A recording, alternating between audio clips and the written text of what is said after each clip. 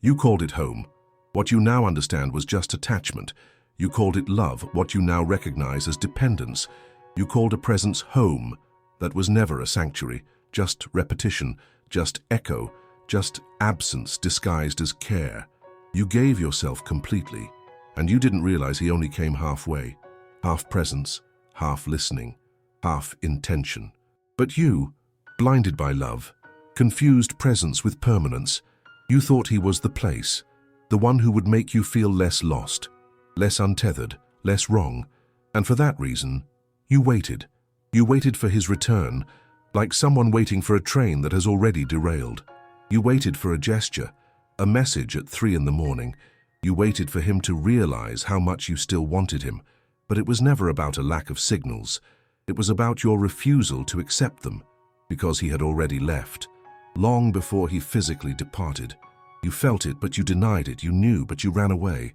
You treated him like home, when he only saw in you a comfortable place to return when everything outside went wrong.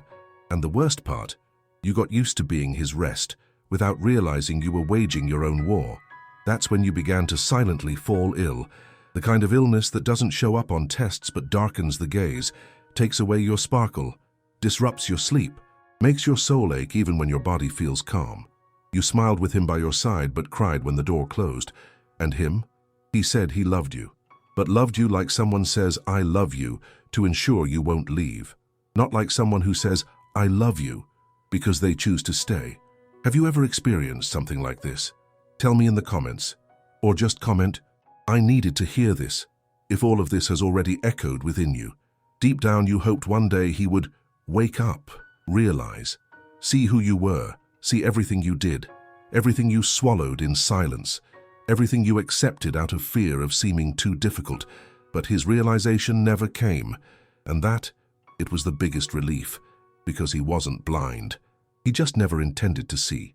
You gradually noticed this, in the details, in the voids, in that coffee that cooled in front of you while he didn't respond. On that birthday he forgot, in that cutting remark he made as if it didn't hurt, in the way he blamed you for everything as if you were the problem in the relationship. You started to realize that something was off. But still you tried to adjust, as if it was possible to fit a whole heart in a chest that only wanted half. You began to feel like a stranger in your own story, living days that didn't seem like yours, distancing yourself from friends, stopping talking about how you felt, dimming your light so you wouldn't outshine his pride. He used to say that you were too much, and you, without realizing, started to believe that this was a flaw. That's when you began to fade away.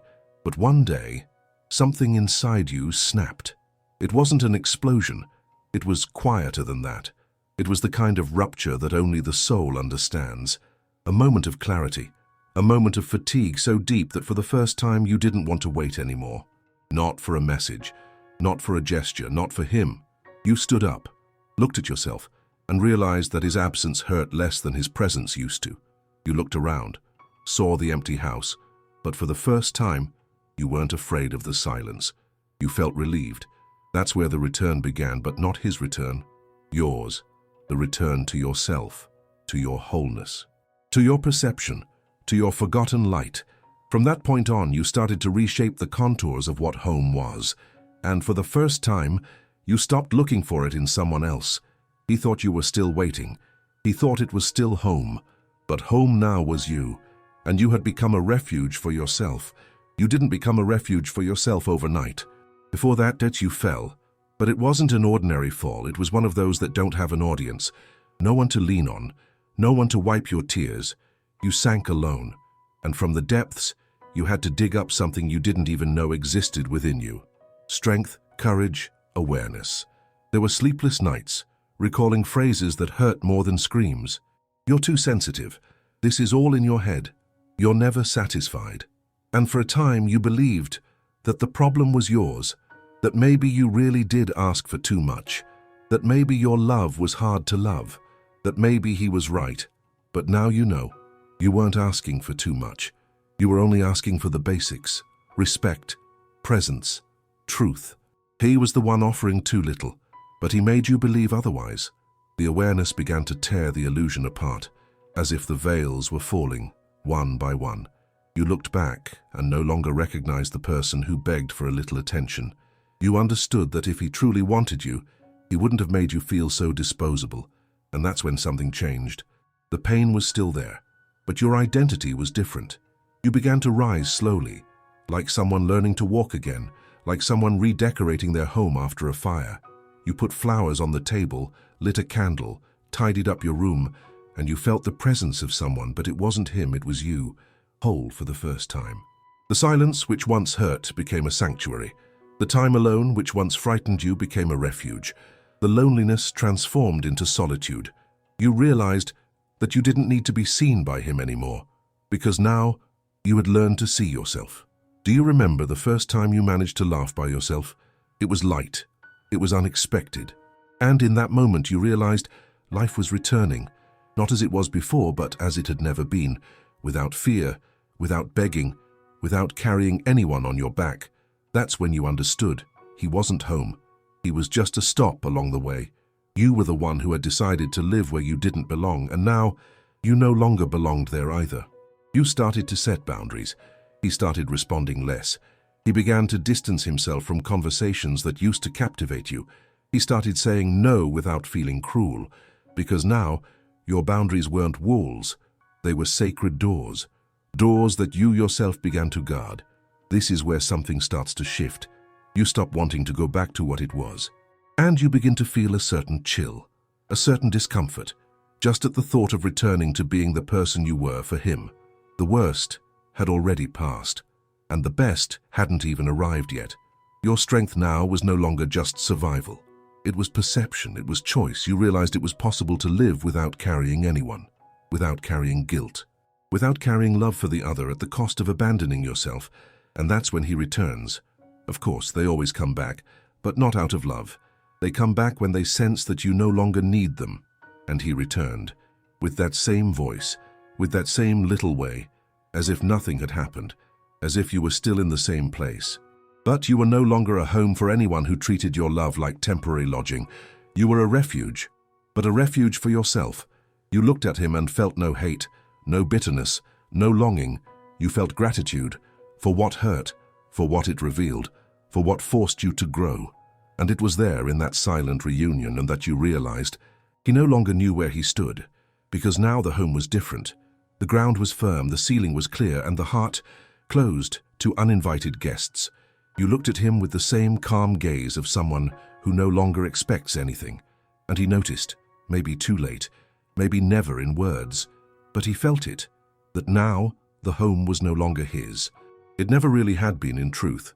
And you, with a clean soul, with your whole presence, with vibrant perception, simply turned your back and went back home. Your home, the one that now, finally, only waits for you. Have you ever experienced this kind of return?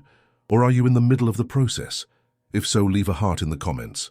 Or share with those who still need to find their own home. You no longer justified yourself. You no longer explained the reasons for your silence. You no longer chased after what was drifting away, because now you had something no one ever gave you, peace. And it was in this peace that you realized no one hurt you more than you did, trying to be enough for someone who never knew what it truly meant to love. You blamed yourself for not being able to keep that alive, for being lost, for giving too much of yourself. But you understood that love is not about control, nor about effort. Love is about mutual presence, and where only one remains was never a home. It was emotional captivity. You started to cultivate the kind of silence that heals, the kind of routine that nourishes, the solitude that doesn't hurt, because now it was companionship. You woke up and made coffee just for yourself. You played the music you wanted to hear. You danced with the windows open. You laughed alone at the end of the afternoon. Not because his absence didn't hurt anymore, but because your presence finally filled you up. You no longer thought, what if he comes back? Because now you knew the love that awaits you will not be the kind that leaves and returns. It will be the kind that stays and grows with you. You realized that you didn't want someone to call home anymore. You wanted someone who would visit you with respect, who would arrive with reverence and never again dare to tread hastily where you took so long to heal. Your home now had sacred rules, doors that only open with real love, with vibrant presence, with truth, with intention, and doors that close without drama. to anyone who confuses your heart with temporary lodging. You went through so many phases, the woman who begged, the woman who cried, the woman who fled, but now you were the woman who chose where to step, chose who to listen to, chose where to open up, and this was not coldness, it was self-love. Finally, do you understand now why he wanted to come back? Because you shone. Why did you stop offering yourself? Why did you stop trying to prove? Why did you stop bending? And when you became a shelter for yourself, your love stopped being free for those who didn't know how to receive. Maybe he still sends messages. Maybe he still tries to start a conversation. Maybe he says he thought of you, but you are no longer the same.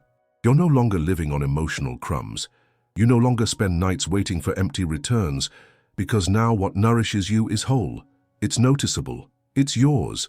You no longer need anyone to come back, because no one left with anything you were missing. What you lost with him wasn't love. It was illusion. What you gained from his absence was everything.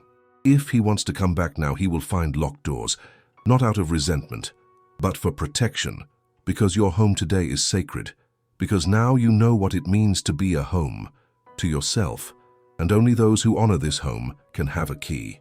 You have arrived where many cannot. You left, you stood tall, you rebuilt, you realized the hardest truth, that he was never a home. It was you who made it seem that way. And you also realized the sweetest truth, that you never needed anyone to return to yourself, just courage. Now, those who knock at your door must deserve it. They must come whole. They must bring presents, not promises. They must know how to care for what you took so long to learn not to give away easily. This is your final dwelling, your body, your heart, your consciousness. And even though the world screams that you need someone, you already know. You need truth. You need peace. You need yourself. And only after, someone who comes wholly and not to divide you. You feel that now, right? That deeper breath, that silence that no longer weighs you down. That presence that is solely yours. Does this make sense to you so far? Write yes down below, or comment a heart if you too have become a shelter for yourself. But this conversation is still not over, because there's a question that still needs to be asked. What if one day the right love knocks on your door? Will you be ready? Are you really ready for this? Because that's where many stumble again. Not in the absence of the other, but in the illusion of this time it will be different. Once you become a refuge for yourself, the biggest risk is forgetting everything that brought you here just because someone flashed you a beautiful smile. You think you're ready. You say you won't lose yourself again. You believe you now recognize the signs. But the right love can also come disguised as comfort, and comfort can be the new name for repetition. You need to realize something. Loving again isn't about lowering your guard. It's about raising the level of conversation, raising the level of commitment, raising the level of perception. Because now you feel it in your body. You know when something doesn't fit, when the words sound too beautiful, but the energy doesn't hold up. And it's at that moment that the old you tries to resurface, tries to say, oh, maybe he just needs time, tries to justify absence as shyness, tries to romanticize urgency, tries to call chaos intensity. But you've already learned. True love doesn't come crashing through the windows. It rings the doorbell, waiting for you to open. It doesn't impose itself. It offers itself, doesn't confuse, doesn't disappear, doesn't promise what it can't fulfill. And you, who are now a living home, know how to recognize who comes to compliment and who just wants shelter from their own storm. You begin to notice through calmness, through clarity, through consistency. True love has the scent of solid ground. It has the tone of deep conversation. It has the silence that embraces. It has presence. It has reciprocity without games, without guessing, without needing to ask for the bare minimum. But the most important thing is that you no longer need love to validate yourself. Now it's a bonus, not the foundation. Company, not salvation. You look in the mirror today and know you are no longer the woman who waited to be chosen. You are the woman who chooses, with peace, with discernment, with truth. And for this reason, what comes to you needs to come clean. It needs to come without shadow, without hurry, without doubt. You no longer trade your peace to hold on to anyone. You no longer dim your light to fit in with anyone. You no longer leave your door open for those who only know how to come and go. You've built too much to crumble over so little. So yeah, when the right love knocks on your door, you will know. Because it won't be noise. It will be presence. It won't be a promise. It will be consistency. It won't come to fill a void. It will come to walk with you, beside you, on the same frequency, in the same wholeness. And if it's not like that, you will have the courage to close the door without guilt, without drama, without rushing to replace it, without fear of being alone. Because you've already realized loneliness has never done you as much good as a wrong presence has done you harm. This is the turning point. The place where you stop looking for shelter because you already are. The place where you no longer fear opening the door, but you also aren't afraid to close it. The place where you live fully, without needing anyone to save you, without waiting for someone to complete you, because now whoever wants to be with you will also have to come complete. And you will know, not by grand gestures, but by the peace that remains, by the light that doesn't fade, by the silence that doesn't hurt, by the perception that pulses. Are you already in this place? Or do you still feel like you carry remnants of what was? Finish this sentence here in the comments. Being whole in Brazil is. Or if this touched you, just write, I needed to hear this. But listen, this journey will still test you. There will come a moment when you will doubt everything again. Click here and continue with me. This dive isn't over yet.